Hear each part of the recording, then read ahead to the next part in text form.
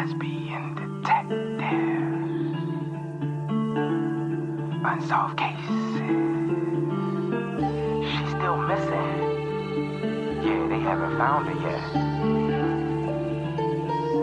Well, let's talk about it. They say he vanished without a trace. Could it be a psychotic break or a tragic accident? Police don't know where the body went.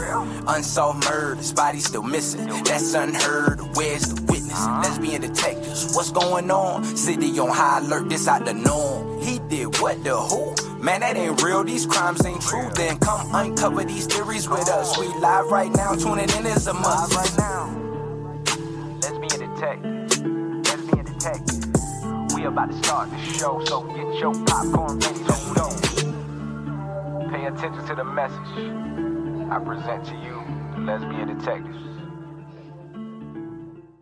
This is Lesbian Detectives. I'm Sierra. And I'm Elizabeth. And we are here talking about missing and unsolved murders. We are discussing cases that you have forgotten about or never even heard of. So sit back, relax, and let's start this podcast.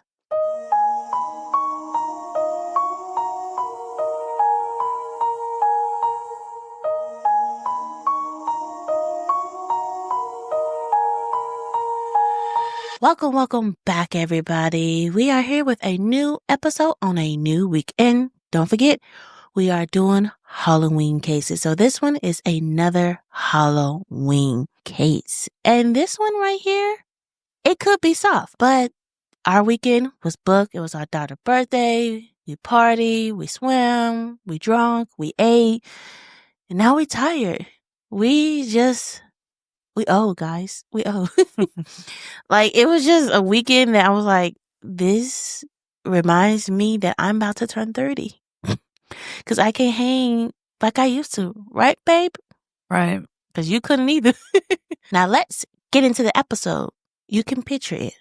A crisp autumn night in the city. The streets alive. The music spilling out of the bars and restaurants. Laughter echoing off brick buildings. Masks and glitter outfits swirl past. In the midst of it all, someone disappeared. No screams were heard. No sign of a struggle. In the hallway outside their apartment, just a door left open. A costume tossed aside. In a quiet, eerie stillness that didn't belong. Friends tried calling, knocking, leaving messages, growing more anxious with each unanswered ring. Eventually, they made their way inside, pleading with the security guard to let them in. What they found was impossible to imagine. A scene of horror, yet carefully arranged. Something intimate, something deliberate. No robbery, no forced entry, nothing stolen. Just a life taken, leaving questions behind like a scattered puzzle piece. DNA from an unknown male offered a hint, but fingerprints were nowhere to be found. Clues of a struggle existed, hidden beneath the most minute detail. Investigators would retrace the steps of that night, speak to friends, cab drivers, and club staff, and piece together moments that led to an empty apartment and an unsolved death. It was a night that should have been filled with joy, with celebration, with the energy of Halloween. Instead, it became the beginning of a mystery that will haunt the city for years. Someone knew what had happened. Someone had the answers. And yet, the truth remained just out of reach. This is the case of Nori Amaya. Nori Amaya was born on September 9, 1971, in El Salvador. Even her early life are surrounded in mystery. Little is known about her parents. Though her mother remained in her life, her father's presence is unclear. 2 years later, her brother Carlos was born, and their bond between them was immediate and unbreakable. Life wasn't easy. Their mother worked long hours to support the family, leaving Nori and Carlos to raise each other. They shared everything, food, laughter, and love. And later, when their younger sister Liz was born, the trio formed a tight-knit unit. But El Salvador was not a safe place. political tensions boiled over into violence. In 1977, a manipulated election brought Carlos into power, and the country was unstable. Seeking safety, the family immigrated to the United States during the Civil War, settling in Silver Spring, Maryland. It became their sanctuary, a place of new beginnings. But the challenges of an immigrant life was hard. Their mother worked long hours as a lab technician, and once again, Nori and Carlos became each other's anchors. Nori blossomed in the DC area. Friends called her so nice and friendly to everyone. In high school, she worked at Normscrum Racks, described as a true sunshine. But life took a dramatic turn when she discovered a cyst in her brain, a reminder from birth, causing chronic headaches. Multiple surgeries followed. Through it all, Nori's spirit never dimmed. She embraced life, tattoos, free spirit life, and her beloved pet lizard draped around her neck during her first surgery visit. Salsa dancing became her therapy, her escape, her community. She was the life of the dance floor, and soon she became known as the salsa queen of DC. Her lively personality lighted up every club she entered. Carlos, meanwhile, found his path in the restaurant business, purchasing Copies, a U-Street Italian restaurant. Within a week, Nori was running salsa nights, hiring belly dancers and managing the vibe that made Copies a neighborhood staple. Even as she thrived socially and professionally, romance avoided her. That changed briefly in 2009 when she became involved with a man whose name we aren't going to say here, but it's available online. But we will call him Mark. For a while, he seemed perfect, a fellow club owner, passionate, involved, but Nori wanted a family, stability, a life beyond the nightlife. Mark had been married twice, couldn't provide what she sought. The breakup left Nori heartbroken, stressed, and vulnerable. Combined by a medical scare, a lump discovered at the back of her head, a haunted echo of her past brain surgery.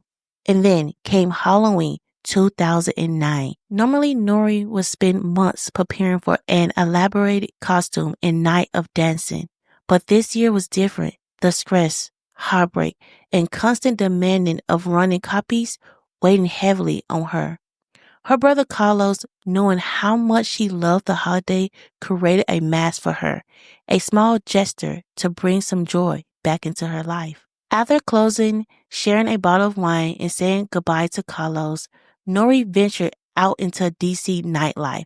She stopped first at the Russian Room, mingling with her salsa friends, dancing, laughing, losing herself into the music. Hours later, she went to the Rumba Cafe, the club linked to her former partner, and something there upset her.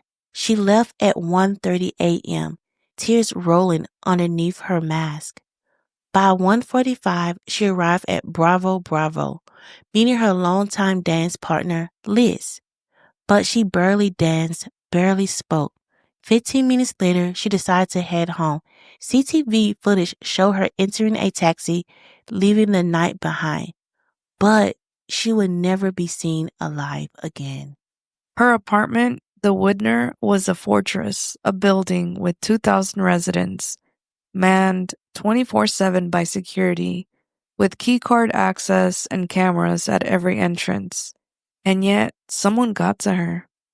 Carlos and Liz grew increasingly worried when they realized Nori wasn't answering her phone. Calls went straight to voicemail, messages left unread.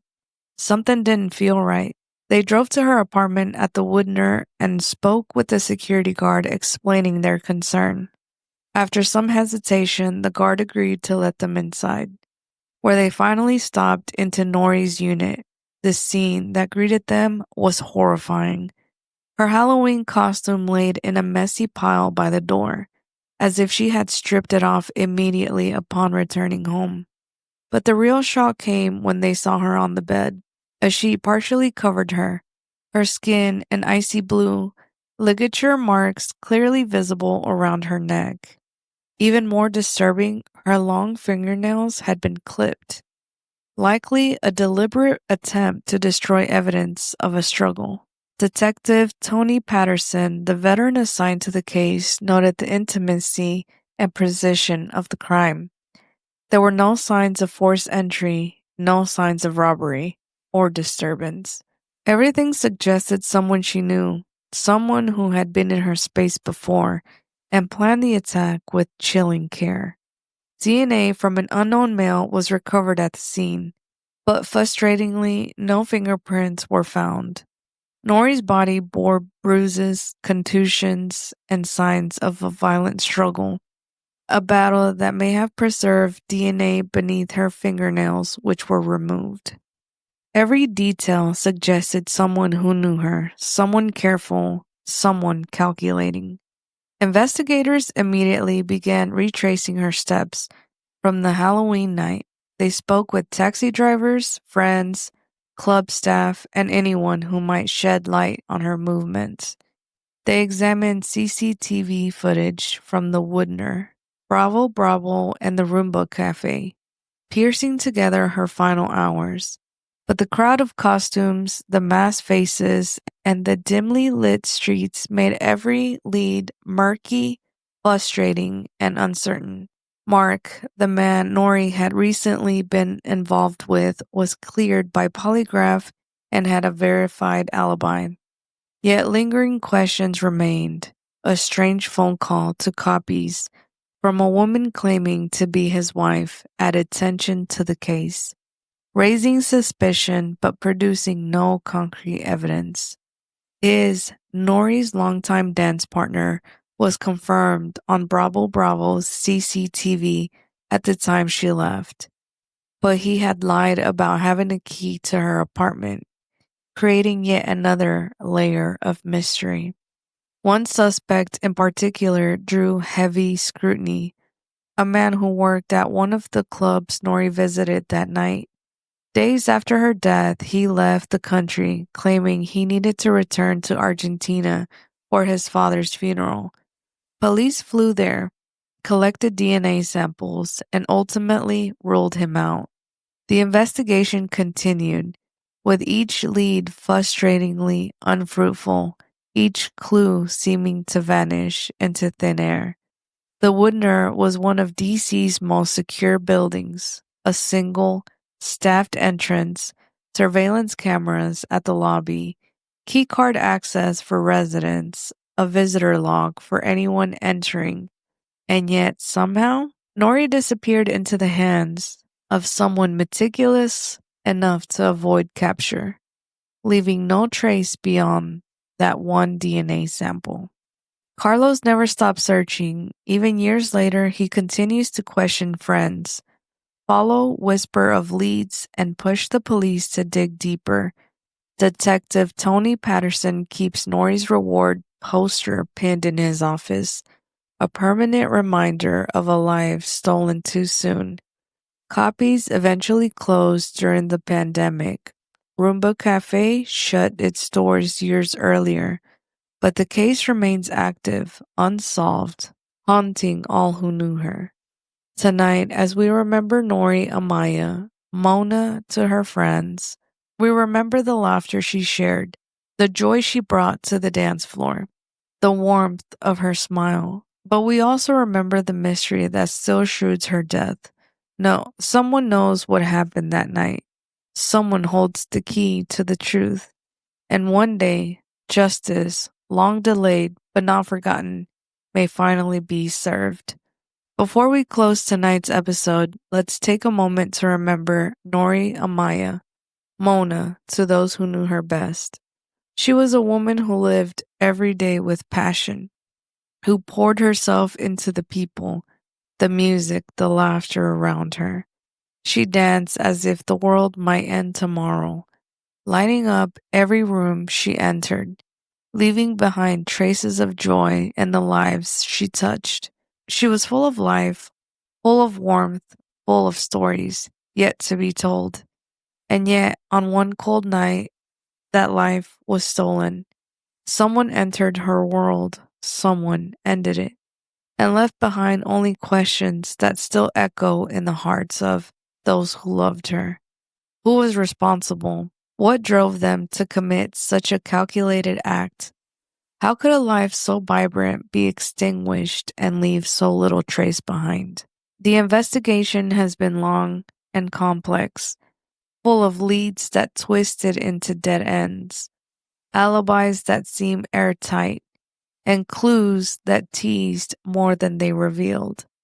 DNA from an unknown male, strange phone calls, last seen footage, and inconsistent testimonies, each piece deepening the mystery, making the answers feel further away, like a shadow sleeping just out of reach. Friends and family have searched tirelessly, retracing steps, asking questions, hoping someone, somewhere, holds the missing piece that could finally bring clarity. Her brother never stopped looking. Detectives still carry her case as a weight, a haunting reminder of the fragile life and the persistence of questions left unanswered. Her favorite places, the restaurants, the clubs, the dance floors, have grown quiet. Some shuddered, some changed, but the presence lingers in every memory, every whispered story of those nights filled with music and laughter. As we sit with her story tonight, let us hold her memory close. Let us remember the light she brought into the world, the love she gave freely, and the person she was beyond the tragedy. And may we hope for the day when the answers come, when justice is finally served, when the mystery that has haunted her loved ones for so long is finally laid to rest. Because until that day comes, we remember her, we honor her, and we keep searching for the truth that someone, somewhere, knows. This is the case of Nori Amaya. Now let's get into some theories. Theories. Let's get into some theories. Let's get into some theories. Everyone is a suspect until proven guilty. Let's get into some theories. Let's begin detectives. What type of thoughts you thinking? What theories running through your mind? I'm thinking all types of suspicion. Uncover the truth, what we can find. Witness say they saw somebody creeping out the back door. What you think they did it for? That's so crazy, I'm not sure. They found a car, where could she be? Here go another puzzle piece. Researching through your history. It's plenty unsolved mysteries. Everyone is a suspect until proven guilty. Let's get into some theories, yeah. Let's get into some theories. Let's get into some theories. Everyone is a suspect until proven guilty. Let's get into some theories. Let's begin detectives. You or me? Go ahead. Yes. Let me tell y'all something. When I do my research for this case, it was another podcaster, or a couple podcasters did this case. And I like to listen and see what they think and their theories. And I don't know if guys, you probably know she's a big podcaster. Kendall Ray and her husband did it on their podcast. And when I was hearing it, the first thought came to me. When she was telling it, the first thought was a security guard. And I have saw so many stories of somebody working at the apartment complex or a security guard doing it. I don't remember this person's name, but if you know, please tell me. She lived in an apartment. She came home super drunk and the security guard was there. He saw her. He had a key to her apartment, let his stuff in and, Wow. R-word her and unalive her. And for some reason, she came in, the security guard, he's sitting right there. So you telling me you didn't see nobody. You sitting right there. You see her go in. Everybody else going in. Even her family could not get into her apartment because they didn't have a key to it. The security guard let them in. So that's another thing. Okay, if it was no forced entry, who else would came into her apartment? Her former lover, his DNA wasn't on her. It was a security guard to me. I don't know. For some reason, he's calling me. Yeah. I'm getting that vibe that it was him. He see her coming in. He probably saw her many, many times. And he probably I'm in love with her. Instead of doing the right thing of coming and asking her out, We don't know if he did or not. We don't know. But if he didn't, she probably denied him. And he probably got mad and like, I really want her. Because, sometimes people don't like rejection and they want what they want. I'm sorry. I just feel like it was him. Her apartment had a security guard there 24/7. It had cameras. You had to use your key card to get into the apartment. That was a good apartment complex. So nobody gonna easily sneak into the apartment. It's too difficult. But who know where the camera's at? The security guard. You know where the camera's at. You know where the camera. He probably like tilted to the side a little bit or delete some. I'm just saying, if you think about it, who would have the most access? The security guard. He had a key to her apartment. So, he know the cameras at. He know everything. The security guard. Security guard, we're coming for you. Just playing. Yeah, because if it was any visitor, they would be in the visitor log and the CCTV footage. But none of that is there. Mm-hmm. Nobody had a key Mm-hmm. that they knew of. It could be the security guard. You staying with me? Or somebody that lives in that complex. Somebody that's always in and out. So it could be a neighbor. Mm-hmm. That's another possibility. But getting in and leaving, no forced entry. Because they had to lock the door when they left too. That's another thing. A person with the key will have locked the door after they left. Yeah. It's just so many cases I have seen in the past. It was somebody working at the apartment complex sneaking in to the women rooms and, unaliving them or sexual assaulting them. So it's a big possibility that it's a security guard because they tested everybody's DNA, her partner, her friend. They went and found the other guy that they thought from burying his father, got his DNA and it didn't match. Who DNA they didn't get? The security guard. And it probably wasn't his first time breaking into somebody's apartment. Did we really? Because I learned a long time ago, it's not hard to get a job as a security guard. Like, it's really not. And they really don't do a good background check, Yeah. Sometimes it's people under the table that, you don't want to be shown in your books or anything like that. So it's somebody like, hey, you want this job right quick? Get it. That's what I'm saying. They don't do the research in the security guard sometimes. But I don't know. It's just how her apartment I would live in her apartments. I'm just going to be completely honest. I would live in her apartments. You got a key card to get in. You got a security guard right there. You got cameras everywhere. That is a good place for a single woman or a woman with kids to stay at. Yeah. I don't know. It's just security guard. It's something about that security guard because it's just a key to me. Who else? And then if he had a key and then he know where the camera's at, that's already like he did this before. And then the person cut her nails out. That's somebody who did this before. They made sure their DNA was nowhere to be found. Right. Who? Well, and even the police found his fingerprints. He could either say like, yeah, I let the family in. Because he did let the family in. That's why his DNA was there. And he called the police. He making himself available for the police to make sure he knows what's going on. And I learned on Criminal Minds, and when somebody involved themselves in the case, they involve themselves for a reason because they try to make sure the police isn't looking at them. Right. Criminal Minds 101. I should do a series of Criminal Minds 101. Yeah. It's a possibility. It's just everybody they DNA test because they had the DNA.